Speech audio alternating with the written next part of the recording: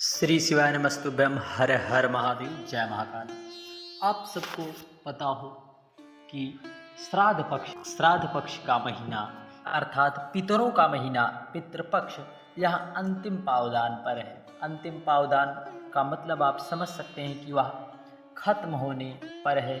और आप सब लोगों ने यदि पूरे पितृपक्ष में उपाय किए हों या ना किए हों, यदि किए हों तो भी हम भगवान देवादिदेव महादेव और पितरों से यही प्रार्थना करते हैं कि आपके जीवन में आनंद और खुशियाँ सदा सदा भरी रहें। और आपको श्राद्ध पक्ष में जो पितृपक्ष की शिवरात्रि है वह हमें सुख देने वाली, आनंद देने वाली, हमारे पितरों को मोक्ष प्रदान करने वाली पूज्य गुरु जी के बुखारबिंद से देव पितर शिव महापुराण कथा में इस उपाय की जानकारी हम सभी लोगों को दी गई, जो कि श्राद्ध पक्ष की शिवरात्रि पर करना है।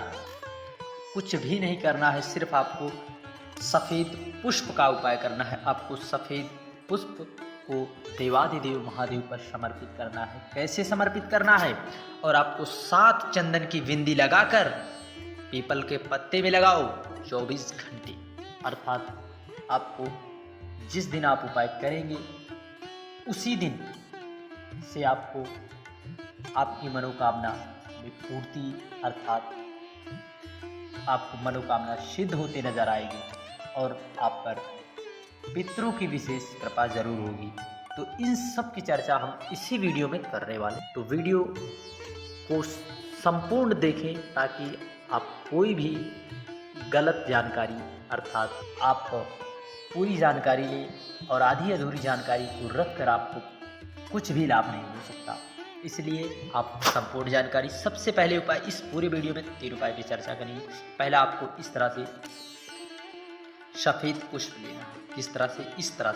इस तरह से सफ़ेद पुष्प लेना है। यदि आपको इस तरह के पुष्प मिल जाए, हर श्रृंगार का पुष्प, इसे ही पारिजात का पुष्प कहते हैं, जो कि सफ़ेद होता है।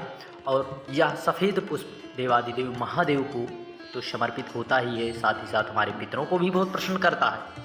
आपको इस सफ़ेद पुष्प से पक्ष की शिवरात्रि पर अपने पितरों को प्रसन्न करने के साथ साथ आपको देवादिदेव महादेव को भी प्रसन्न करना है। अपने जीवन में चल रही समस्याओं के निराकरण के लिए करना है।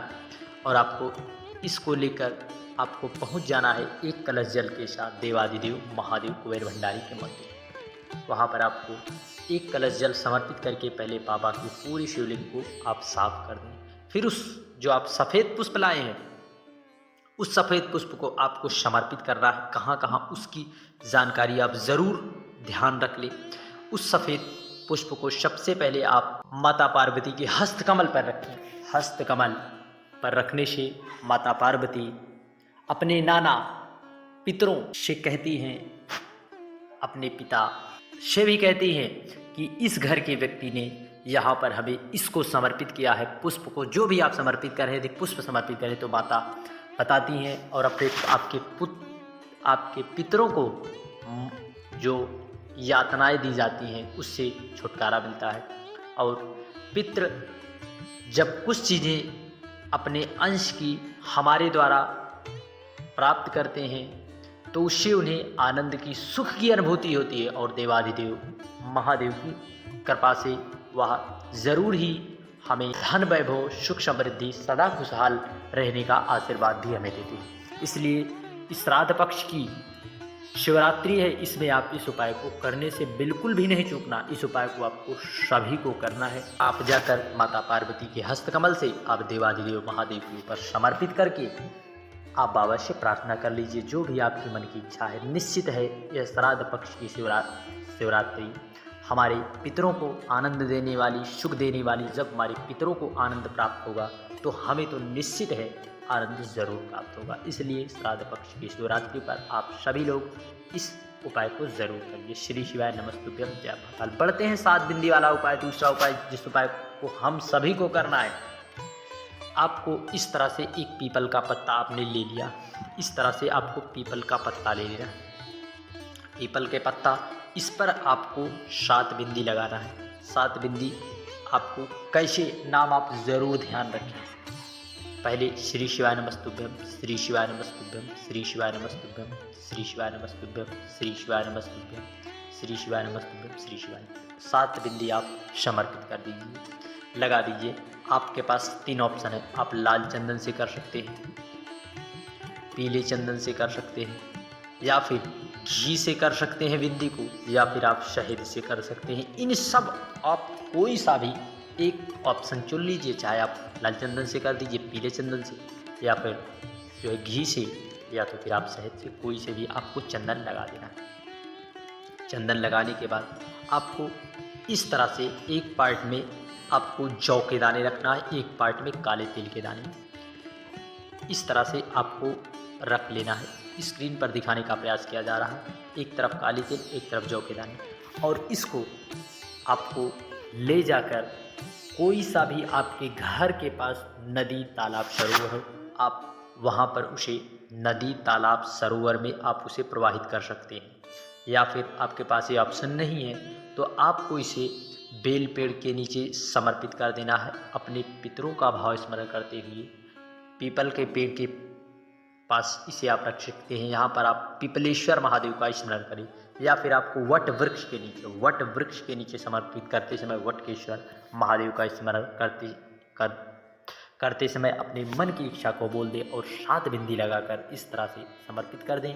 आपके जीवन में चल रही समस्याएं निश्चित है देवादिदेव महादेव की कृपा से पितृ जरूर दूर करेंगे। यह सब तीर वृक्ष हमारे पितरों के तुल्य बताए गए हैं शास्त्रों में। पूज्य गुरु जी की देव पितृ शाह शिव महापुराण कथा में इस उपाय की जानकारी दी गई, और यह जानकारी दी गई कि वट वृक्ष, वेल वृक्ष, पीपल वृक्ष हमारे पितरों के तुल्य हैं। और जानवरों में पूज्य गुरु जी ने बताया कि कुत्ता, हाथी और गाय, यह भी हमारे पितरों के तुल्य हैं। हमें जो है पितृपक्ष में जो भी व्यक्ति गौ माता को रोटी, गुड़ खिलाता है, उसके जीवन में कभी धन संपदा की कमी नहीं पड़ती। इसलिए आप इस उपाय को जरूर कर लें। श्री शिवाय नमस्तुभ्यम। बढ़ते हैं अगले उपाय की ओर, जो कि पूज्य गुरु जी की हाल ही की कथा में बताई गई सबसे मुख्य उपाय।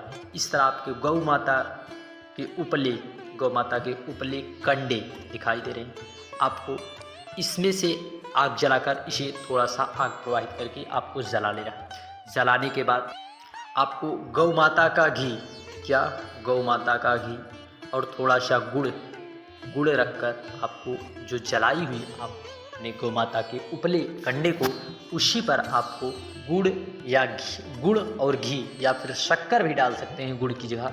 जो भी व्यक्ति इस श्राद्ध पक्ष में अपने पितरों के निमित्त अर्थात हवन करता है गुड़ और गौ माता के घी से, उससे जो तरंगे निकलती है हमारे पितरों को प्रदान होती हैं, और हमारे पितर हमें खूब सारा आनंद के साथ आशीर्वाद देते हैं, और हमारे जीवन में चल रही समस्याओं के लिए वह प्रार्थना करते हैं, और निश्चित है हमारे जीवन में चल रही समस्याओं का निराकरण पितृदेव की कृपा से ज़रूर होता है, और गौ माता की कृपा हमें ज़रूर प्राप्त होती है। इसलिए इस श्राद्ध पक्ष और पितृपक्ष में इस उपाय को आप एक बार ज़रूर कर लें। श्री शिवाय नमस्तुभ्यम। जय महाकाल।